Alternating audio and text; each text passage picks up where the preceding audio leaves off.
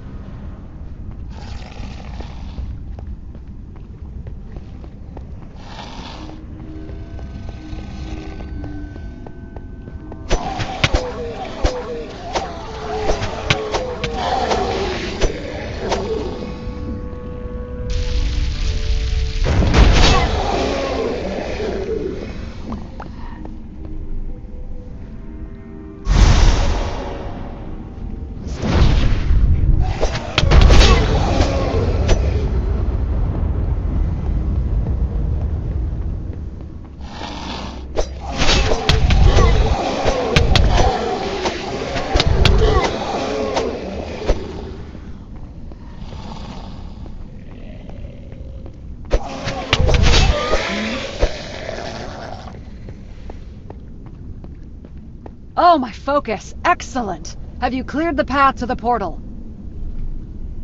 All of the demons have been killed. Oh, you even took care of that big, bat-like thing? That one looked particularly menacing. If I'm being entirely honest, I nearly peed myself when it stopped by to try to get into my cell. No, I think I missed that one. Oh... Nulker mentioned some sort of flying monster before we came, but we haven't seen it yet. Do you think it's still here? Oh yes, I saw it just yesterday. If it hadn't flown off by then, something must be keeping it here. My guess is it's feeding off whatever energy's coming out of the portal. Or perhaps the lesser demons coming through, treating the portal like a fishing hole. Well, if that thing's still hanging around, then it will probably rip me to shreds the moment I try to seal the portal. I'll find a place to hide, or maybe just stay in this cozy and very safe cell until it's dead or driven off.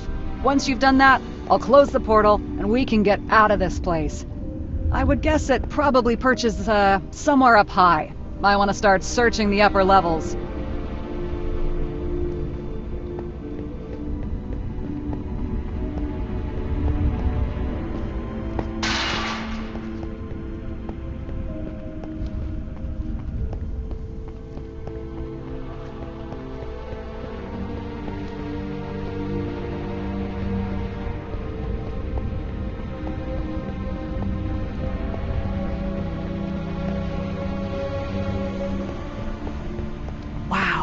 I've never actually been up quite this high. Is this what it's like for you? Viewing the world from above while flying? Everything spread out so endlessly. It was.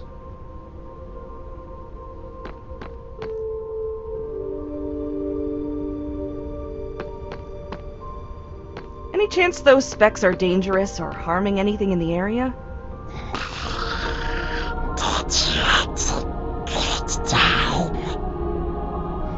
What a lucky day this is. The two souls have come to be packaged into the same body. I was getting hungry. It can sense me? And hear you. Yes, I must say that it is a delight to encounter a soul as rich and potent as yours, noble worm. I cannot say that in all of my centuries I have ever consumed any of your kind who are older than mere adolescents. Young and tender, yes. But their souls do not have the potency that yours does. And all of this without contending with your fiery breath or iron-hard scales. Oh, you are most generous in coming here so exposed. The monster seems to be almost shivering. You said that the material coming out of the portal won't harm anything yet. What does that mean? Oh, there is just too little of the abyss coming through at the moment. This tower is a nice incubator, if you will. But my home's influence cannot stretch much beyond it. You should thank me, as I will ensure that you do not live to see the horror. Luckily for you, you will not have to face your deity's judgment when I am done with you. Death will be the true end, once I devour your souls. Not even a shred of you shall remain in this universe.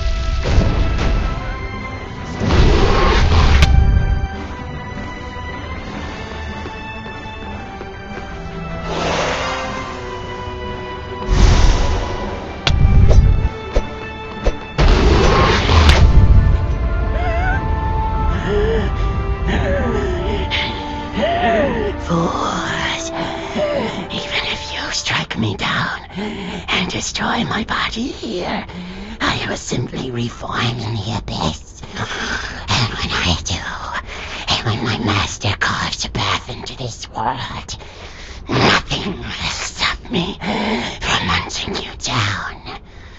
Your souls will be mine in the end.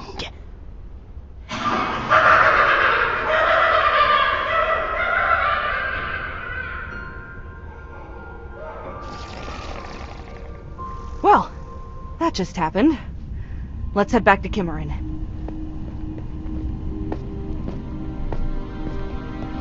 Oh, well, that was downright unsettling. Still, the deed is done. However, I fear that what magic I could work here today was limited and will only be a temporary solution. Once I have some rest, though, I can return and enact something more permanent. Could you use the Rod of Alignment to keep the portal shut? Put things back the way they're supposed to be. That is a good idea, but I do not know how to say this any more clearly than to say that the portal being open is how things are supposed to be. It seemed to have opened on its own, naturally. I've heard of such phenomenon, but never seen it. I suppose we just got unlucky. Using the rod, though, would just reopen the rift, I'm afraid. Nothing can ever be easy, can it? Are you ready to go back to Nalkra now? Oh, once I've had a bite to eat, sure. There must be something around here that hasn't rotted or been gnawed on by demons. As soon as I'm rested, though, I'll turn into an air elemental or a snowy owl. Something. Fly to Nulkra's cave. I'll be there long before you. Stay safe, then. Would have hated to go to all this trouble just for you to get eaten by a crag cat or something on the way back. Yeah, well, the benefit of being a druid is that I can always turn into one of them if they try. Maybe insult their mother to get them to back off. You wouldn't guess it, but they're surprisingly touchy about their moms, crag cats. Never you worry. I'll see you there.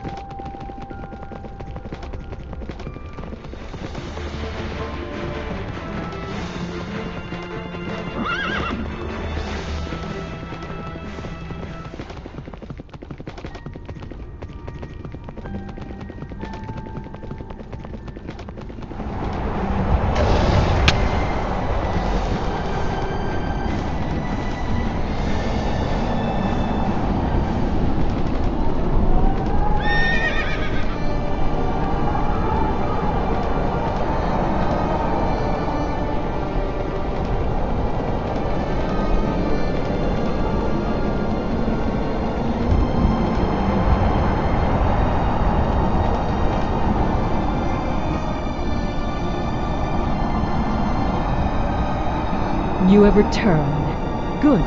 I can now say to your face that I do not enjoy being deceived, dragon. I was afraid of this. Be careful. Yeah, I have a dragon with me. We still did what you asked, though. So are you going to keep your end of the bargain? I could break our agreement without a guilty conscience between your dishonesty and the company you keep. Oaths and promises don't really mean much in the wilderness. However, allies and friends do. They have shown themselves at least willing to work with us, and nothing in my divination makes me think that they mean the world or us ill will. We figured out what you would want the rod for, and personally, I fully support your desire to return to your natural form, especially if it means unearthing whatever your attackers are planning. And what about after the dragon is returned to its form? Can we trust them with it then? I'd hope so. If not, though, we can always take it back. Either way, can't condemn someone for something they haven't done yet, right? Give it to them with my blessing. Fine. But if you can hear me, dragon, I do this not for your sake. I do it for the child. They do not deserve to have their thoughts constantly invaded and should be able to live their life without someone constantly whispering in their ear. A person's mind is meant to be their refuge and safe haven, even when nowhere else is. Besides, there is something about you, child. A sense of impending significance, for lack of a better term. I have been in this world long enough to trust my intuition, and it tells me to keep an eye on you. Regardless of what happens to the dragon, I will be curious to know your doings. Now go, hunt your quarry, and remember that the rod is not all-powerful. You must weaken your target first if it is a living thing. You have a battle ahead. Any idea where we might find the creatures that stole Vair's body? I tried scrying them too, but their lair seems to be protected from such spying. Sorry. I may have an idea, though. We'll take any advice you can offer. Speak with the dwarves of Kelvin's Cairn. I have overheard their conversations whilst traveling as a storm. They speak of their kin in Mithril Hall facing a mysterious crisis, though I could not learn any details. Still, their troubles and yours could be related. If so, they may provide direction and help against a common foe. It is as good a start as any. These foes are unnatural to our world, so they are bound to make disturbances that we might be able to follow. Well, it's a start at least. Thank you both for your help. Happy hunting!